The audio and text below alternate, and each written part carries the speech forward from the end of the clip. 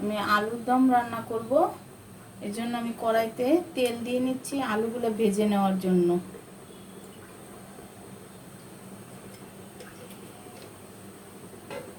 তেলটা একটু গরম হলে আমি আলুগুলো দিয়ে দিব।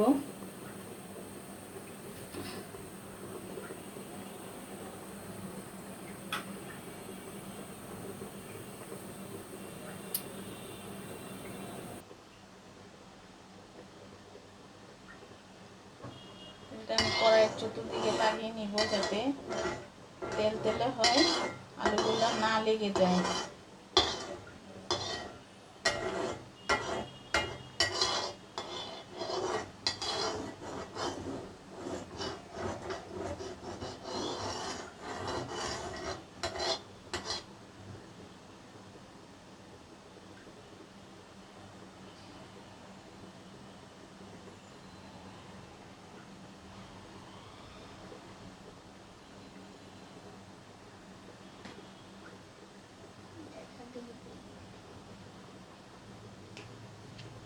এখন আমি আলুগুলো দিয়ে দিচ্ছি।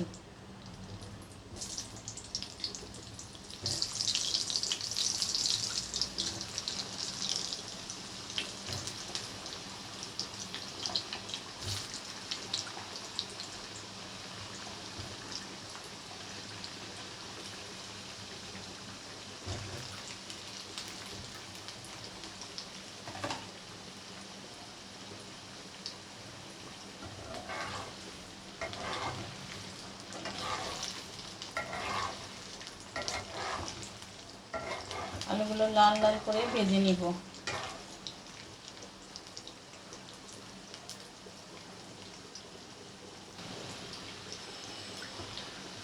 আলুগুলো আমার ভাজা হয়ে গেছে, এখন আমি আলুগুলো উঠিয়ে নিব। তেলটা ঝরিয়ে ঝরিয়ে উঠিয়ে নিব।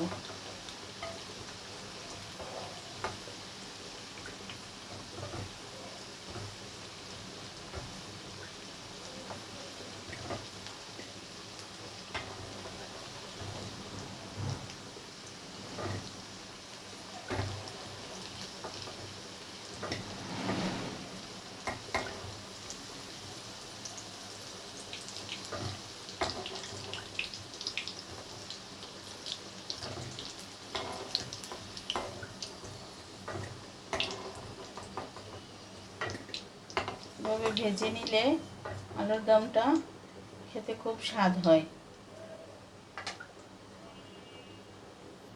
এখানে আমি তেল দিয়ে নিয়েছি, 3 টেবিল চামচ দিয়েছি। এখন আমি পেঁয়াজ দিব।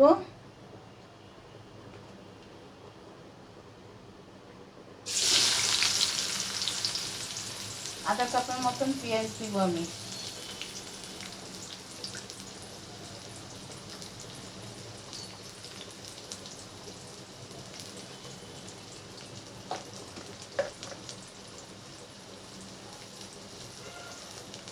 অল্প লবণ দিব, কারণ আমি আলুটাতে লবণ দিয়েছিলাম, তাই অল্প করে লবণ দিব। পরে চেখে যদি লাগে আর একটু দিয়ে নিব।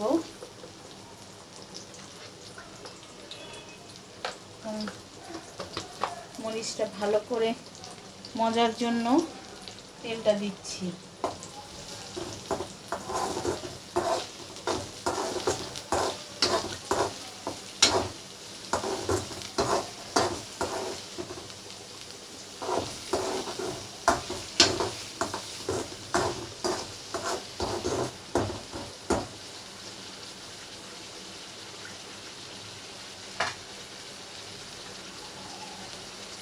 ঢেকে দিলে পেঁয়াজটা ভালোভাবে নরম হয়ে যায়। ঢেকে দিলাম।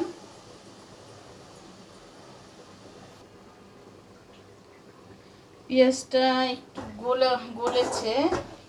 আসলে বাটা পেঁয়াজ দিলে সবচেয়ে সুবিধা হয়। আমার ঘরে বাটা পেঁয়াজ ছিল না বলে আমি এটা দিয়েছি।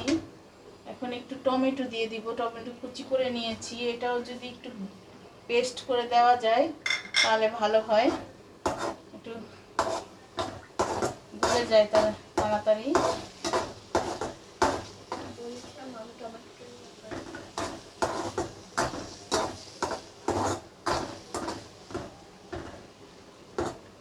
মজার জন্য সময় দিই, একটু নরম হোক।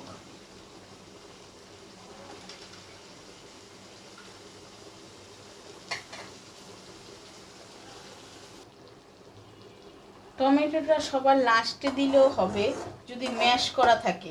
আমার টমেটোটা ম্যাশ করা ছিল না বলে আমি আগে দিয়েছি, যাতে টমেটোটা সিদ্ধ হয়ে ম্যাশ হয়ে যায়, গলে যায় একদম। লাস্টে দিলে তো আলু দেওয়ার পরে আর এরকম গলানো সম্ভব না, এর জন্য আমি আগে দিয়ে একটু ম্যাশ করে নিয়েছি। আপনারা যদি ম্যাশ করা টমেটো দেন তাহলে আলু দেওয়ার পরে একদম উঠানোর আগে কষানোর সময় টমেটোটা দিয়ে নেবেন। এখন আমি একে একে মশলা দিব।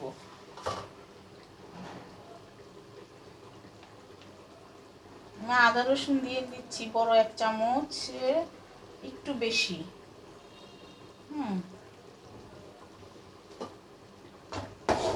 একটু কষিয়ে নিব যাতে আদা রসুনের ঘ্রাণটা না থাকে।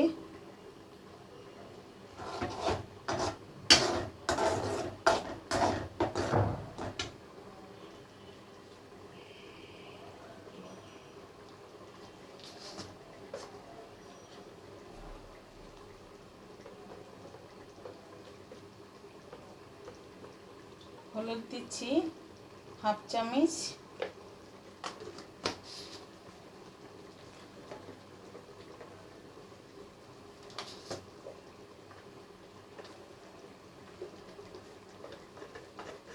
মরিচটা যার যার স্বাদ অনুযায়ী দিবেন। কেউ একটু ঝাল কম খায়, কেউ ঝাল বেশি খায়। আমি মরিচটা একটু কমই দেই, কারণ আমার মেয়ে ঝাল খেতে পারে না, এই জন্য।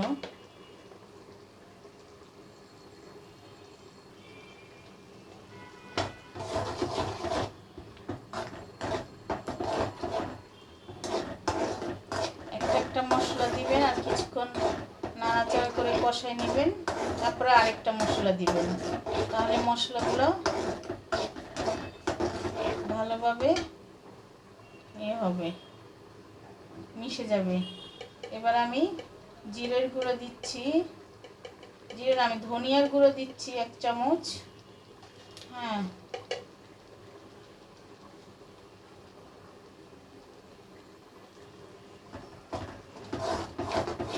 ধনিয়ার গুঁড়োটা মিশিয়ে দিব।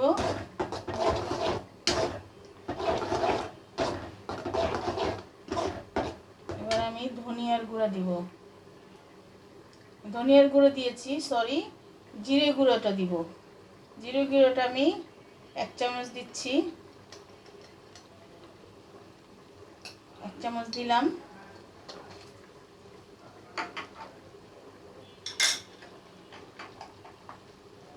এবার আমি একটু ভালো করে কষিয়ে নিই মশলাগুলো।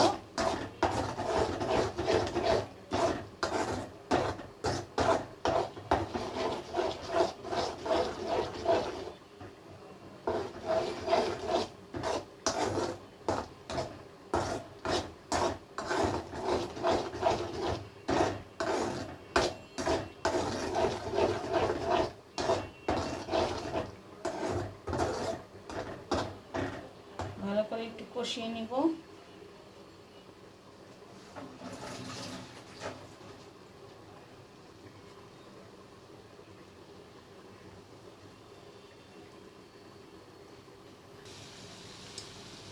আমার মশলাটা কষানো হয়ে গেছে, তেলটা উপরে বেশি উঠেছে,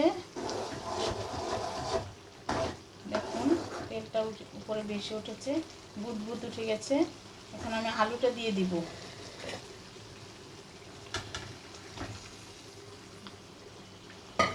আলুটা দিয়ে মিশিয়ে দিব ভালো করে, আলুটার সাথে এটা আবার 2-3 মিনিট কষাবো।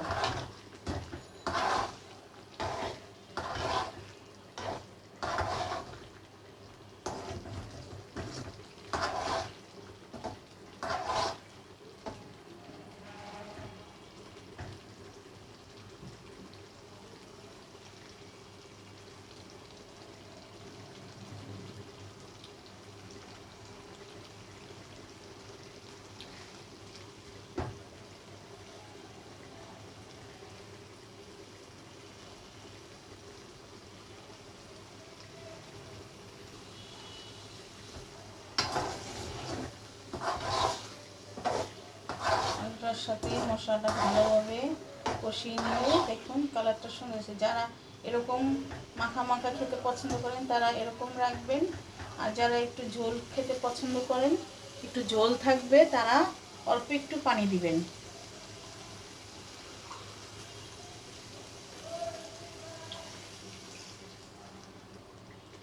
আমি একটু ঝোল ঝোল রাখবো, মানে ঝোল ঝোল মানে মাখা মাখা ঝোল ঝোলই, এই জন্য একটু পানি দিয়ে নিলাম।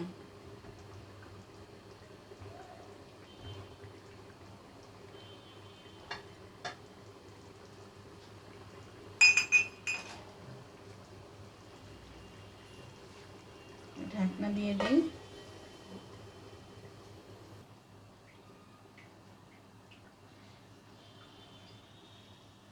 আসলে স্কিপ হয়ে গেছে, দেখেন 2 মিনিট পরে আমি ফিরে এসেছিলাম এবং ঝোলটা মাখা মাখা হয়েছে।